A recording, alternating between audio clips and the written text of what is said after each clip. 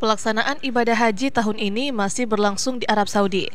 Para jemaah haji yang tengah melaksanakan ibadah akan segera sampai di penghujung dan kembali ke tanah air. Kendati demikian, dari 7.296 kuota jemaah calon haji Sulawesi Selatan tahun 2018, terdapat 35 jemaah yang tak jadi berangkat.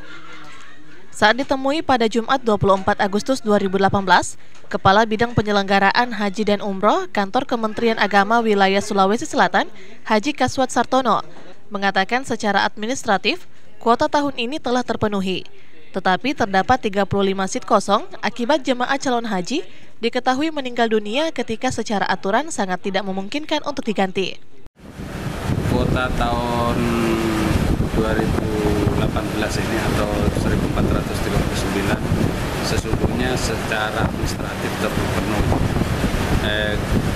tetapi ada 35 orang yang seat itu menjadi kosong akibat meninggal dunia.